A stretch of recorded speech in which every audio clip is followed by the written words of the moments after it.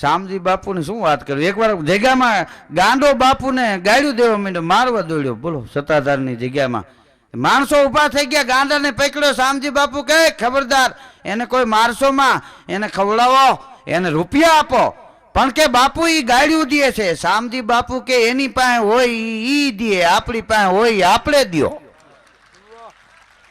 એને મરાય નહીં બાપ. ગાંડાને જમાડ્યો, ગાંડાને રૂપિયા આપ્યા, ગાંડો નીકળી ગયો. કવિ કાન ત્યાં બેઠેલા ઈ વખતની આ વાત છે. ત્યારે કોઈએ કીધું કે હે બાપુ આ તો અમે હતા ન કરી, ગાંડો તમને મારે કે હા હો ભાઈ ગાંડો મને મારે. બાપા હા હું એને ન પૂગું.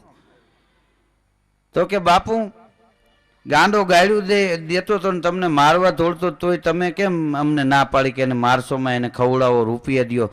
શામજી બાપુની આંખમાં જળજળિયા આવી ગયા કે બાપ આ જગ્યા મારી નથી, આ તો ગીગા પીરનો દરબાર છે, હું એનો ટેલવો છું. જાણતા અજાણતા મારાથી કાંઈ ભૂલ થઈ ગઈ હોય તો ગીગો પીરે ગાંડાનું રૂપ લઈને આવ્યો હોય કે આને શિક્ષા દેવા દે.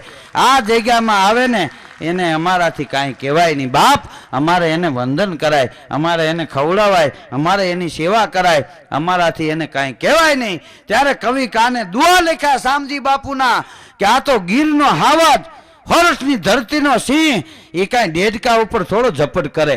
તુંડ ગુજારા તોડવા, પીવા રગતા પાન, સિંહણના સંતાન એને શીખવવું પડે નહીં શામજી. ઘોર ખોદે ઘોર ખોદિયા, મળદા ચૂથે મરેલ, વનનો સિંહ વકરેલ, ઈ તો ચીરે કુંભાથળ શામજી. ઉલેચો કોઈ દી અટકે નહીં, ઠાલો ને પાછો થીર. શામજી બાપુની દાતારી એટલે વીરડા જેવી. હા નદીમાં તમે રેતીમાં વીડો ગાળો, એ વીરડાને ઉલેચો પાણી આવ્યા જ રાખે, ઉલેચવાનું બંધ કરો એટલે એની મર્યાદા થીર થઈ જાય. શામજી બાપુ જોડી લઈને દાન દેવા બેહે ને ત્યારે એ જોડીમાં દાન ખૂટે નહીં, મૂકી દે એટલે પાછી થીર થઈ જાય. નવળ દાતાર. ઉલેચો કોઈ દી અટકે નહીં, ઠાલો ને પાછો થીર.